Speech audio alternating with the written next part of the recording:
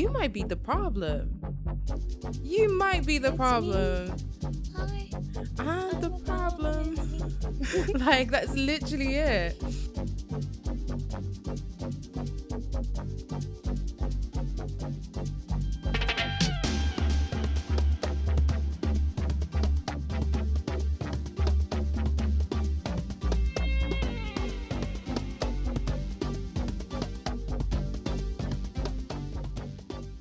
Hello. Welcome, friends. Welcome to Sankasa podcast. I am your host, Rowena Jifa. Call me what you want.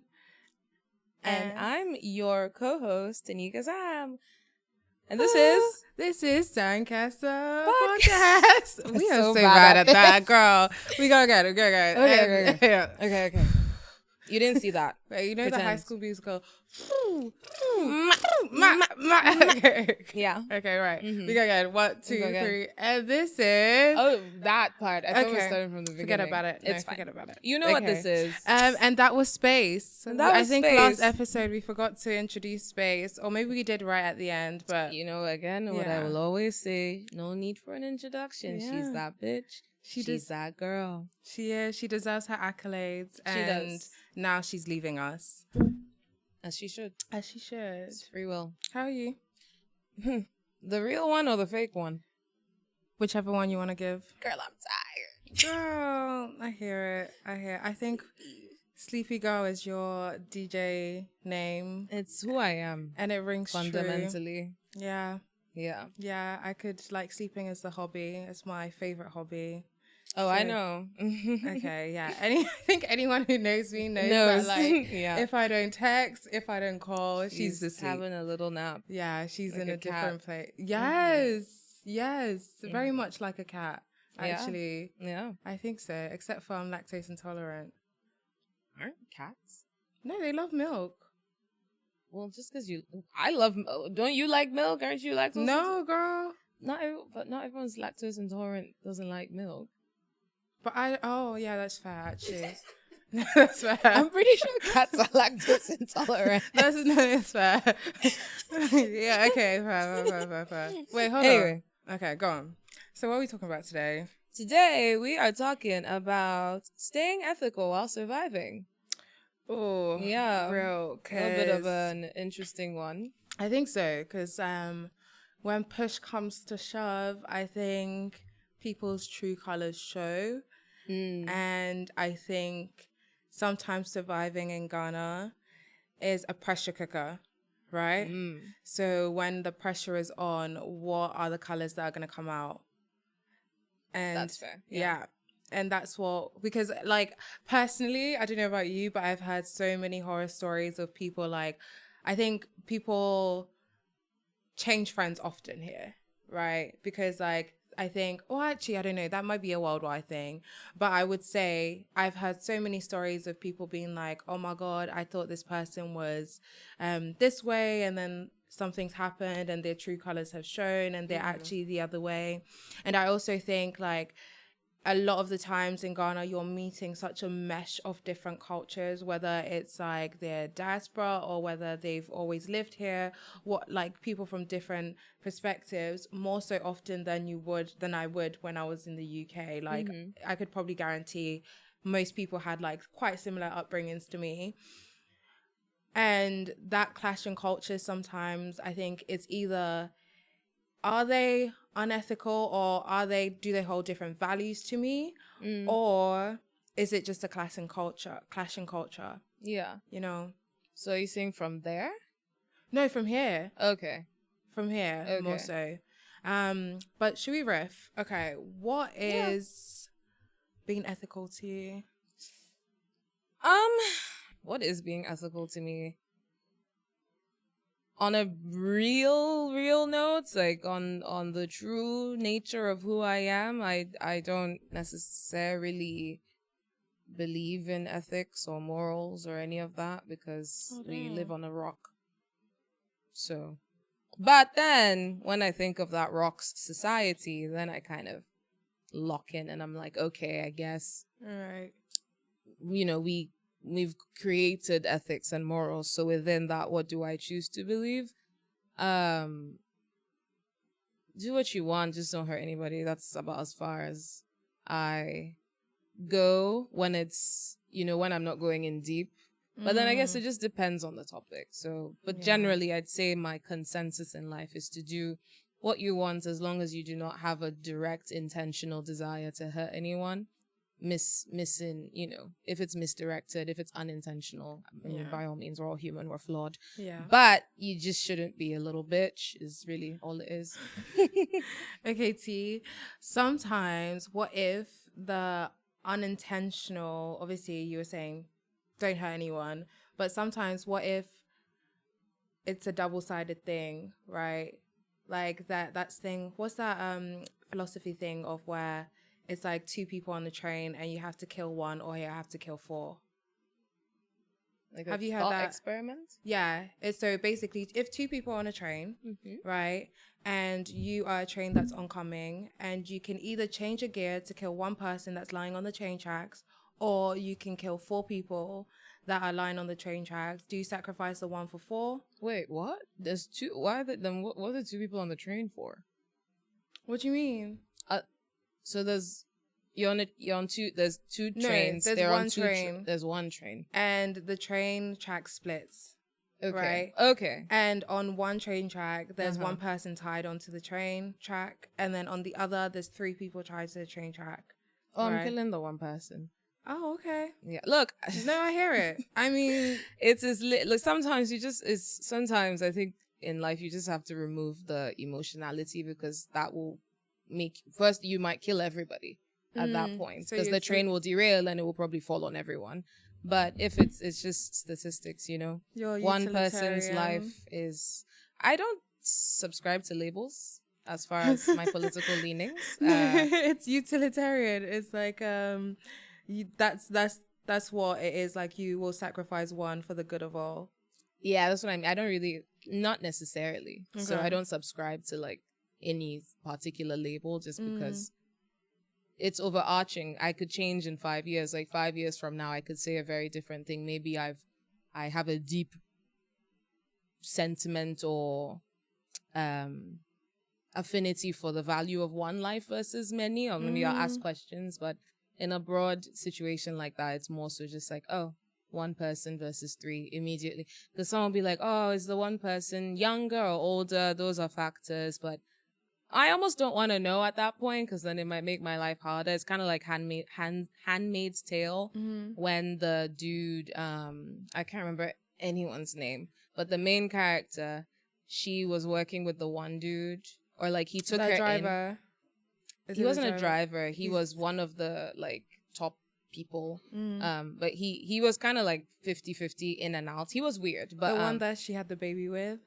I don't know how. No, not that dude. That was like a security guy. Oh, okay, right? okay. It was one of the like Oh, the older guy. Yeah. Oh, okay, yeah. He had white hair, and his wife went crazy. Exactly. Because of like what was happening. And then he took her to like where they had the people, some of the women and the men, I think. And he was like, she has to choose who gets to be like a Martha or something. And so it was that. Sorry, it was that thing of like, you have to choose one, or you choose, or all of them die, or something like that. You know what I mean? And it was very like, it's very emotionally charged, because obviously in that, you're thinking about what are my ethics, what are my beliefs, like all of that jazz. But yeah. So for me, the less I know, the better when it comes to some situations. But again, it's all subjective. This is just me today. Yeah. So who's to say? I hear it. I think with morals and ethics, I think, like you said, go by how you would want someone to treat you, and you treat them that way. I also I think to be quite empathetic and quite understanding. I think one thing that Ghana's taught me, or fast-tracked with me when it comes to people, is patience. And having the patience to let people reveal themselves ethically, because sometimes I used to give so much grace. I used to give people a lot of the benefit of the doubt, and now I don't think I really need to. If I know you are I know your character, then I will give you the benefit of the doubt, but jump, I'm on your neck. What's on your neck? What does that mean? On your neck, like, I think, oh, this is actually such a big thing. So I'm like quite a non-confrontational person. Well, I used to be a non-confrontational person. And I would just be like, oh, maybe the person will realize how I feel. Or maybe like, you know, like let it go. You take the L, you take the emotional burden, etc., etc. But I'm like, I literally am not like that anymore. Now, when I see something and I feel a type of way about it, I will like be like, yo, what's up? Or like I will confront it or like ask questions, love to ask questions. I think my favorite phrase is, what do you mean by that? Because I love to ask questions. Just to like, so there's no misunderstandings or anything. And I think that is one thing in terms of like trying to live a more ethical life. I think in trying to be as transparent as I can, so no one thinks that, not no one, but if I have bad intentions, I have bad intentions. But so people know that where I'm coming from, and that can help guide them in like, is this person trying to move funny or is it just a funny situation? Yeah. Do you get? Yeah. Yeah. Okay, so that's our two perspectives. I want to see what Miss ChatGPT has to say. Did you ask What her? does, well, I'm about to. What Okay, does say this. ethical mean? Question mark. Come on, girl, give it to us. Give it good. In the context, oh, Mini Sunny. Whilst you're searching, let me ask you a question though. Okay. Do you think any of us are ethical? Okay, no, that's a no. Fucking all right, hell. next one. No, that's a good question. But so I guess ethical means relating to moral principles or the branch of knowledge dealing with these. So moral principles. That's an interesting framework. Moral I think that's principles. quite subjective. Exactly. Because everyone's principles are different. And then your question is, are any of us ethical? Which is to say, what are the moral principles that we all hold amongst ourselves as a society? Damn. I'm just 27, girl. No, I don't real. know. Okay. I will say, let me rephrase it and to say, is any of us ethical? To more, do you feel that we become less ethical when we are in a pressurized environment? Like, let's say we're going through like the distress stage. Do you think it's easy to be ethical when you are in a place of insecurity? Distress stage being the moving back. Yeah. And or even that, like, it or doesn't just even like in distress in general. Moving back, I mean, I think us, even if you're living here for a long time, you still go into this distress stage as cycles of like when things happen. Is it easy to be ethical in those ways in that time, or is it like at that point I'm stressed so everything goes out the window? I guess it depends on your resilience. If you're the kind of person that you haven't exercised the muscle of knowing how to stay aligned to your values or your beliefs or your moral principles when things get tough, then you're not that type of person and you need to harness that skill. I don't think it's interesting. I'm not too sure. I haven't thought about this before actually, but I honestly think a lot of the like informal sector, for instance, they are quite resilient. They bounce back very quickly. Like, good examples like the Cantamanto fire that just happened recently, yeah. for instance. They were building within days. You know what I mean? Yeah. And I do think though that a lot of it has to do with the, you know, your moral principles are very much based on like your need to survive. You know what I mean? I think where it gets a little sinister for some people is when you have the billionaires and they are still using underhanded and sinister methods in order to live. At that point, you're not surviving. You're also just exploiting. You know what I mean? So, yeah, I think in Ghana, I'd say a lot of the informal sector are very resilient. Thus, as far as ethical, well, I can't really speak for them. So, but in our community, I'd say I think most people want to be ethical. I don't know necessarily that it always comes out. But that's all of us, you know? I have a theory. It's not a theory. I think it's a fact, hypothesis. actually. Oh, a fact? No, I don't know if it's a fact, but I think it's a fact. I think it's really easy, like really, really easy to be a bad person. I think it's like, it's the easier way to live. Oh, yeah, entropy. Yeah. It's the easier way to live. I think there's sometimes like doing the good thing or doing the right thing is normally the harder thing to do. Yeah, for sure. Yeah. I agree. And I think sometimes people, I don't know, we fall into this trap where because it's easier, we decide to be ignorant to the right thing. Can you decide to be ignorant? Yeah. Or I think you can decide to be ignorant. You can know something and then be like, make excuses for it. You can excuse yourself from doing the right thing. yes, for sure, actually. Like, imagine, okay, let's say, for example, this might be a real example or a fake example. We're not doing the lie detector yet, but decide for yourself. So let's say, for example, that situation I went through when I first moved here. If you know that, like, you are meant to communicate something with someone, right? Yes. If you know you're meant to communicate something with someone, and because of your, maybe it's an ego thing for you, or maybe it's like it's an uncomfortable conversation to have, so you decide that, like, oh, I'm not going to have that conversation and I'm going to be ignorant to it by being avoidant to it. Do you get what I mean? That's what I mean by ignorant to it. But you could actually just have that conversation. It will be uncomfortable. You might have to take some actions afterwards, but you can decide to be like, oh, Charlie, this is not my problem right now. I'm going to go out. I'm going to go do something else, you know? Let me catch your vibe, because you're saying that some people, so your fact is that people are more susceptible to leaning towards being more of a bad person by sort of ignoring the work that's necessary to do the good stuff, or like to be better people. Yeah. That's valid. Yeah, I would say so. Again, I see it as a muscle. If your muscle is weak, it'll be harder for you to do the things that are right. And again, I use quotations because, again, I don't think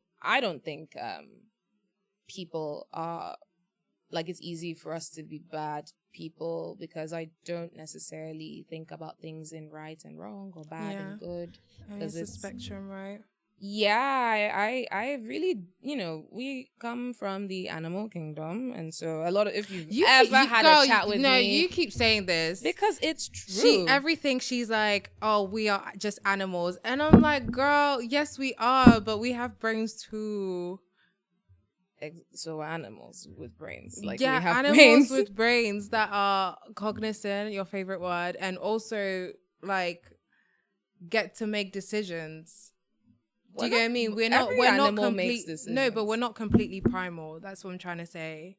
But that doesn't, like, there's a lot of animals that aren't completely primal. In any case, the thinking there is just, we hold ourselves on a pedestal and sort of, there's this really old meme that's really stupid, but it's just like, humans are anxious monkeys. We are anxious monkeys. We overcomplicate. It is complicated though.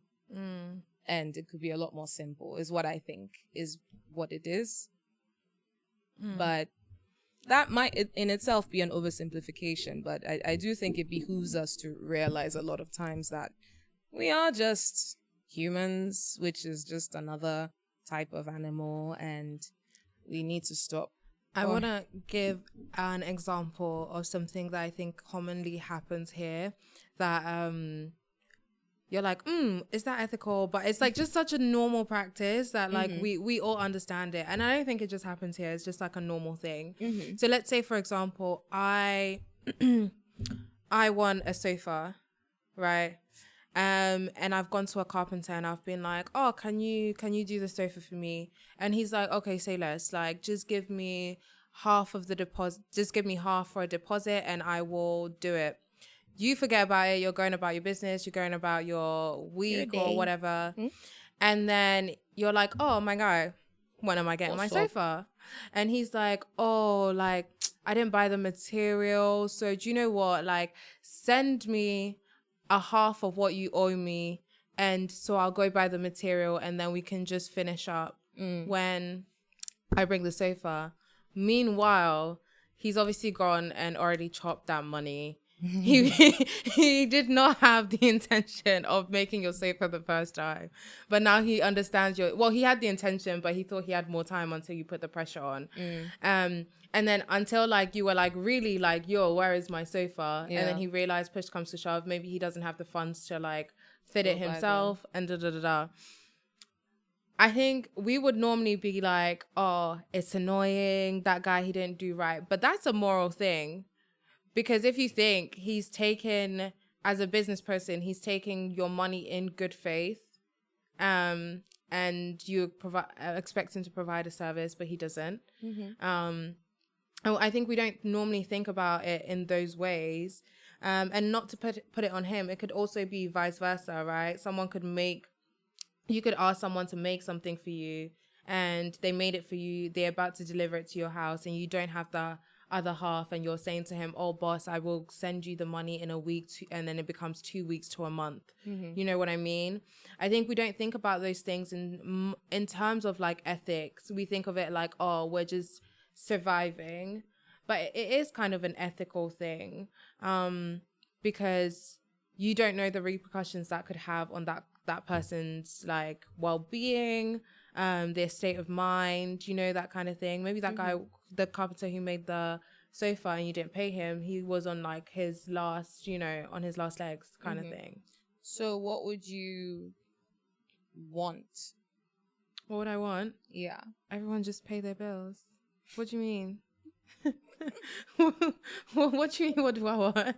Like, if you're saying we're not as cognizant of the way ethics pervade our lives on a day-to-day basis or whatever. So what would you want? I think it's more of like the survival thing. I think sometimes, and I'm like so guilty of this sometimes. I think when you get into like in a survival state of mind, especially when you're going through like a distressful period, I think it's easy to be consumed in like a tornado of your emotions, tornado of your thoughts, and you're just acting on survival.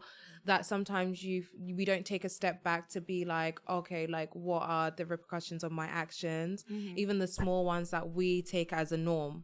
You know what I'm saying? And I think that's the point of that example. So because mindfulness. Yeah, mindfulness. And not in the sense of ourselves and other people, right? So mindfulness with yourself and being present and being aware, and then mindfulness for other people and being empathetic and like aware of like your actions, even if it is a social norm, maybe it shouldn't be that way. Do you get what I mean? I think you feel, let me not talk to how you feel. I think you say this a lot when it comes to when diaspora move here, and like we had that conversation in like a previous episode, when diaspora move here and they start businesses without like actually scoping out who, like what the local landscape of the business they're trying to start is, right? So that's like, you could perceive that as unethical, and they could perceive it as like, no, I'm just coming to do my thing. But they maybe lack the awareness of like, there is some unethical practice to doing that. That relates to the next question, which is, as diaspora moving here, how does it mean to move ethically? Which I think you can probably speak to more than I can. I would say moving here, I think you have to go through a process of checking yourself. Personally, I think every time I crash out, and then you have the crash out, and then you have the reflective period after, and then you're like, okay, let me check myself. Like, where did I go wrong, or what lessons can I learn from that situation? But I think you have to go through a lot of periods of checking yourself, checking your privilege, checking your thoughts, checking the norms that you think you have, checking how like you assimilate into culture, and what you can like how to bring your best foot forward, I guess. And I think that's a period that I think most diaspora I know that have moved here, they have gone, and that period of checking yourself is not easy. It's like very confronting to yourself to be like, oh wow, like you might be the problem. You might be the problem. Hi. I'm the the problem. it's me. Like, that's literally it. Okay, I actually want to say, can we quit doing that thing where we come here, it's different, and we come here on our high horse of like, this is how things should be done. Yes, we all know this is how things should be done, but it's not how it's done. Do you get what I mean? And I think sometimes when you first move here, you're kind of just like irate all the time because you're like, it's not like that, it's not like that, it's not like that. Yeah, girl, like if you wanted it to be like that, stay where you are, you Yeah, know? exactly. We exist in late stage capitalism. We exist in like neo-colonialism. And so therefore even the need for there to be diaspora is in and of itself like a byproduct of colonialism. 100%. No one should have had to leave in the first place. No one should have been taken away. So that's already an issue. And then I think for a lot of people coming back at first, I mean, it's kind of evolved because, once the Dirty December happened, it was almost like Ghana was a more modern place to come to and be able to do certain things. Prior to that, it was more sort of like coming back to engage with your Visit heritage. family. Well, yeah, but there was a lot more like, the word I am looking for is hotep, but I don't know how derogatory that is these days. I don't mean it in a derogatory manner. Yeah. I'm just using it as a reference. But yeah, something like that where like, you've really awakened to your blackness, especially when you're not from here. Because again, when you're not from here, you don't grow up in majority rule. So waking up to your blackness, loving yourself, things of that nature. I have a lot of empathy for diasporans in that sense because I think there's so much policing of the black identity. They seem to think we're some homogenous. No, we are homogenous.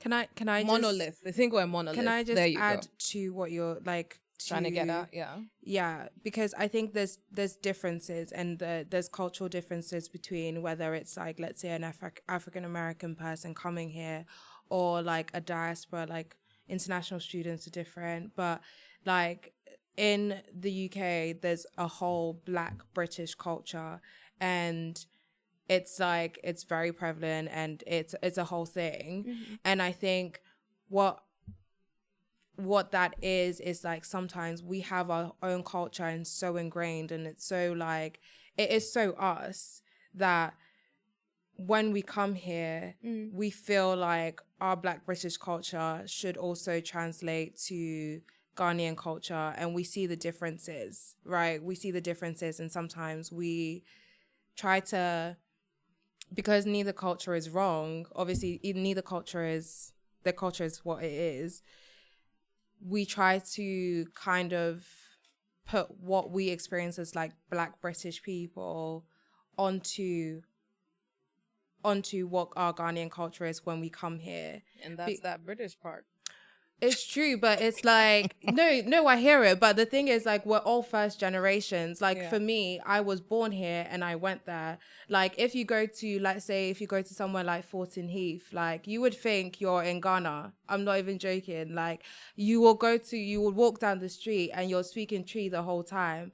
Like, aunties are, like, the culture is so similar, but still so apart that sometimes it's a little bit, it's not clashing, but it's a little bit confusing and takes some getting used to, in how that, like, obviously being there and still being like ingrained in your culture is still not close enough to what it is to be actually here. Do you get what I'm saying? Yeah, that's what I mean. That's the empathy I'm saying I feel, because you were taken from your, well, not everyone, some were taken from this land, some because of the lack of, because of the way neo-colonialism pervades our literal economic abilities and etc. It does make sense that people want to leave. Like, it's not something that is, I don't think anyone would ever question that. But we have to understand what is the underlying cause. It's not like, oh, Ghana is this, that. It's like, this country is literally under subjugation from like, it is literally colonial rule on Bluetooth. Like, they are just away. You know what I mean? And it's a pipeline. You're talking about transatlantic slave trade to now modern forms of economic disruption.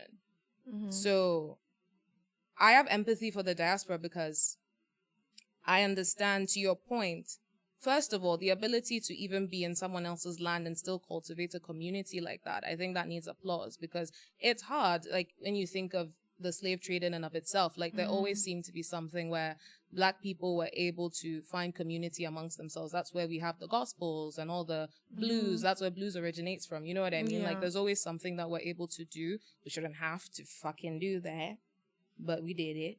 Anyway, but so yeah, I think the issue is where absolutely you have that Black British culture and you come here. It's just, I mean, to relate it back to the ethics, the moral principle that you should be holding yourself to is integration, because you are coming into someone else's land and you do not want to, that maybe subconscious westernization because you've been in the white man's land for so long is what I meant by that's that British part. You know what I mean? Because it's that conquering, conquesting sense of way of survival that the white people seem to have utilized in their past, present, and future. That is that British part. And so when you come here, you have to be cognizant of your socialization because you're socialized differently than someone who perhaps was socialized under majority rule. You know what I mean? Things of that nature. So when you come in, you just have to be really fucking cognizant, almost extremely cognizant. And to your point, like can be the distress period and 100%. having to then come in and figure all of that out. And I think it's valid. Like at the end of the day, like, and that's why the first thing I said when we talked about this is we are living on a fucking floating rock and everyone's just trying to do their best. And I don't think most people are trying to harm other people. I think it's all, by all means, Elon Musk, Jeff Bezos, Mark Zuckerberg, those types of people. I think you put it perfectly in that is the distress stage, right? Because you're used to surviving in a different way. You're used to different norms. And then the reintegration stage, I personally find like that's the distress stage after you like check yourself and all of that stuff. The reintegration stage is like so beautiful to me. Every time I go out of it and I go back into it, I think it's so beautiful because you get to find a happy medium between where you came from and where you have like where you're choosing to live and being reintegrated into like the place that you originated from, right? Okay, so that was deep, philosophical, and very wise. I don't know that we've actually helped anyone figure out how to survive, but hey, you'll think. You'll figure it out. Go read the book. That might help you. Yeah, I'll read it with you. Are you gonna start a book club? About it? No. Okay. No. Okay, that's fine. We tried to start a book club. Oh, girl, we try a lot of things. Yeah, that's true. It lasts for like a month or like a couple of weeks, and then we're like, okay, over it. It'll happen when it needs to happen. Yeah, I think this is the most consistent we've ever been about anything, to be honest. Except going to like to go and chat or like go get food. And no, we literally did that twice. But like still. No, I'm oh, you mentioned their name, but obviously they're ex for me, but except for eating, actually. Yeah, we're consistent. Yeah, no, we're consistent with that. Yeah, we will have these like evenings where we will just like go get like hella snacks, hella food. What's that? Is it Quickmart? Quickmart and I. Shout out to Quickmart and Shadow. I know you already gave me a discount code, but if you want to give me more, because I spend hella money there. Feel free to sponsor us. Yeah, but yeah, okay, so should we go into the lie detector? Yeah, why not? So, introducing the segment as we need to do, called the lie detector. Gonna play a game with y'all, see if our audience is precocious, smart little things. One of us is going to tell the truth, one of us is going to tell a lie, or both of us are going to tell the truth, both of us are going to tell a lie. Essentially, you just have to figure out which one of us is saying something dumb, you know? Anyway, so yeah, let's get into it. You want to start or shall I? I think you can go. I can go. Okay. I wrote my story down. Did you? I didn't think about my story. I was trying to, because I really want to fool the audience. I don't think I've done a good job in fooling them as well as I could have. But is it a lie or is it the truth? Oh, it's for you to know, us to find out. Okay. Okay. So when I first came to this country after being in the US, I couldn't drive. So I didn't know how to drive at the time. So obviously Uber was my bread and butter. And I think I already mentioned I did my NSS at Legon, right? So that was kind of my route from my house to Legon. But one day I took an Uber. Wait, was I going or coming? I'm trying to remember.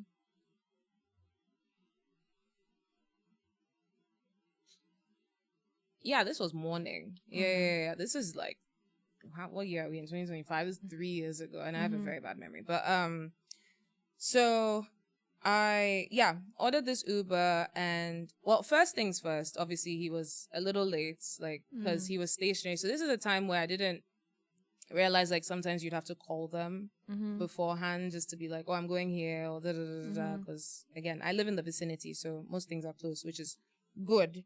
But he was stationary for a while on the app. I thought it was just my network, whatever. So I get into the car eventually, and I'm like, oh, boss, you were late. And he doesn't say anything. And I'm like, boss, you were late. And he doesn't say anything. I'm just like, okay, I guess today is a quiet day. Usually I'm a quiet girl in an Uber, so I don't mind. But anyway, so we just go, and we get to, it's not Shiashi, but it's like right, you know, there's an over thing. I don't know if it's an overhead itself, like where Shangri-La used to be. Okay. You go under, and then that like little, you could branch off to the mall, or you could keep going straight. Obviously, we kept going straight. So we were going straight, and he was suddenly like, he was trying to merge into we were on the right, so he was trying to merge into the left, because obviously you want to go straight, and then you turn into Legon. And he was merging like he wanted both of us to die.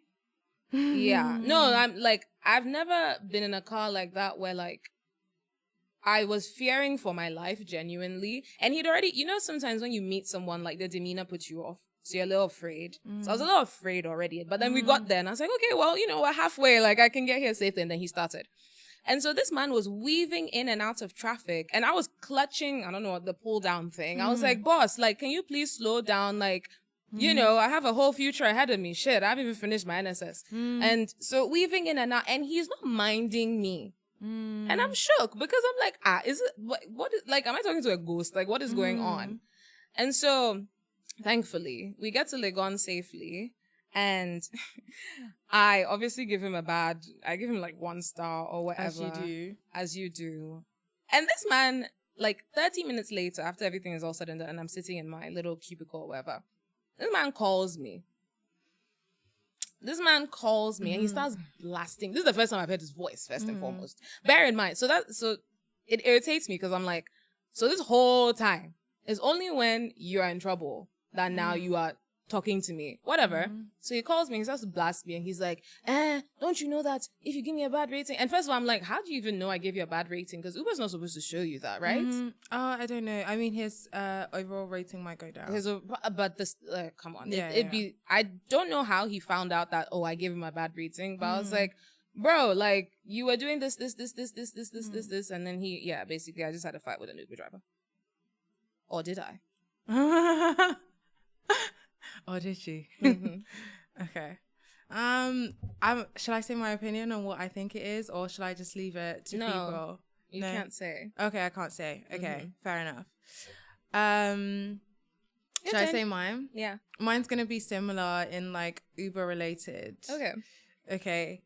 So this was when I was living. This must have been like maybe 2 years ago now. Okay. 2 years ago. So I ordered an Uber from my house in Chatham area, and I was going to La Borracha in Cantonments, right? In Laboni. And you know, to go to La Borracha, there's 2 ways you could go. You could go like the inner part, like near 8020, and then go that way. Like American Embassy side. Like American Embassy side. Or you could take not 37, but like cut in through 37. Yeah. The overbridge from like, if you're going from Chado, like over the roundabout. Yes. And then cut in, yes. Right? So like Elwak side. Yeah. So at this point, I think the time I was going was like 10, 11-ish. Or like, yeah, maybe like 10-ish. And I was in like, this guy gave me kind of weird vibes, right? So I was just like, I'm not trying to take the inner roads. It's kind of darkish. And like the way he was going. Oh, it was at night? It was at night. It was at night. And the way he was going through like the inner roads in cantonments to go to Laboni, I was just like, I ain't never seen this road before. And there's no street lights. So I say to him, I was like, sir, can you like take this turn instead of this turn? Because like, I just feel more comfortable. Already prior to getting there, I had said something to him, or like maybe I can't quite remember, but I think I was late coming down, or like we'd had like a little thing before where he kind of just like snapped at me a little, and I was just like, all right, I don't want any trouble. I'm about to go get a margarita. Like I'm relaxed. So after I tell him to take this turn or take that turn, he basically he stops the car, like just like he's driving, and then he just stops the car, and he was just like, I'm canceling your ride. You can get out right here. And we were on a street with no street lights, right? Oh.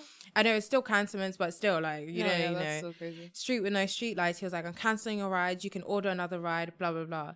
So I said, okay, cool. That's fine. I'm ordering another ride, but I'm not getting out on the street until the other ride comes, right? Normal. So the other ride's going to take, what, like 5 minutes or something. He starts driving. He just starts driving with me in the car. And I'm like, what the hell are you doing? And he drives and he goes like back to L Walk. And at this point, I'm like freaking out because I'm just like, yo, why are you driving there? Like, you're not taking me to my destination, but you're like, and the Bolt or whatever can't say that like you're going this way because I'm no longer on the trip. You've cancelled the trip. So I start being like, yo, guy, like, what's wrong? What are you doing? Like, I start recording him. I'm like, why are you doing this? And he starts screaming at me, and he was like, you think you know better than me, blah, blah, blah, like just completely popping off. Like I don't think it was even me. It was like resentful. And he was like, I'm taking you to the police station. I said, taking me to the police station for what? And he was just like, I'm taking you to the police station. I was like, okay, but like, I haven't done anything to you. Like, what the heck? I haven't done anything to you. What the heck? So at this point, we get to, you know, the first traffic light at the 37. If you're coming from like next to L Walk, basically, you can do your U-turn and go to L Walk. So at this point, I put down the window and I say to someone, help, he's trying to kidnap me. You're lying. You're lying. And they were looking at me like, what? No, Ghanaians would be like, huh? They were like, what? No, I was like, he's trying to kidnap me. So fucking hell. The traffic like stops and I quickly like get out the car. And you know, normally like if you're coming from Laboni sides, there's like a police stop there. So from like you're going from Laboni to airport, there's a police stop there normally. So I literally run from the car to the police stop. And I'm just like, yo, this guy's really weird. Like, he's trying to take me to the police station. Like, let's talk it out here. So he gets out of the car and he goes to the police. And she was like, this guy, look at this girl. He's still following you. Instead of him just to drive away. Girl, he's still following me. So he comes to the police officer. And he's like, oh, like this girl, you know, look at the way she's dressed. She's so rude. Da da da da da. And the police officer was like, does she owe you money? And he was like, no. And he was like, okay, leave her alone then. And he stood there and he was like, he started to like try to argue with the police officer. So the police officer will see me as bad. And the police officer was like, just go, right? It's nighttime, child. So get my Uber, go get a drink. Couple of weeks later, I'm trying to order a Bolt. Bolt says, you are blocked. I said, why? Why would I be blocked from Bolt? They call me and so I messaged them and they called me and they were like, oh, this Uber driver is saying that you strangled him whilst he was driving. I said, with these little hands, look at these hands. They're so soft. He probably thought it was a massage. Like, he no, girl. It. What do you mean? But yeah, okay, is that a lie or is it not? I feel like it's pretty obvious. But Well, yeah, but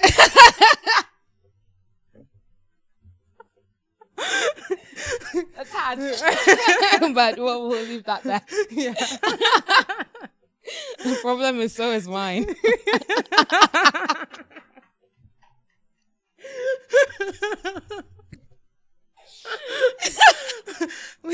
Well, Yeah. but whose was more believable? What do you mean? That's the question we should ask. Whose was more believable? Wait. Now I'm confused. Do you think it's true or it's not? Tell me later. Girl, that but better be a lie. No! I promise you it's the truth. Girl, you were in cantonments and suddenly actually you were in Laboni. Like, what are you talking I about? actually promise you it's true. And I was being so dramatic. I was being really dramatic to be like, okay, like, I don't know these streets. Yeah, like. Girl, I thought we were both lying. No, girl, like, but him actually, like, kidnapping me was, like, fully the truth. Like, the beginning part, I was like, okay, this is making sense. And then it started to get into some of the intricate details, and I was like, oh, I don't know if this is going to sound the truth. No, girl, like, it's fully a Laboni story. to airport. You can't connect from Laboni to airport. Yes, like, you have can. to pass through. No, not airport airport, the actual airport. So, Girl. like, if you're coming from GIS and you're... cantonments. Oh, what, girl? So see, that's where it confused me. Okay, cantonments too. So because you were in cantonments, so when you were at the traffic lights, you said Yeah. cantonments next to Elwak. If you did a U-turn, you'd be at Elwak. Yeah. Then you said the police stop was Laboni to airport, and then I was like, oh, Oh, no, I meant cantonments. okay. But okay. And then also that's insane. He was Oh, no, he was on one. It gave, like, his wife or sister or a lady pissed him off. And a woman pissed him off. And I was, like, the beneficiary of his anger. the outlet. Yeah, I was the outlet. But I was like, he said, she strangled me. She was holding my shirt. I said, sir, even the guy on the phone, on the... sounded he like was a little like, you don't really sound that violent. I said, I'm not. But also, that's so funny. Does someone sound violent? That's crazy. True. Okay, Yeah. should we wrap up? Yeah, we fucking should. Hi, Spacey. Hey, girl. Thank y'all for listening to our stories and getting philosophical with us. Yes.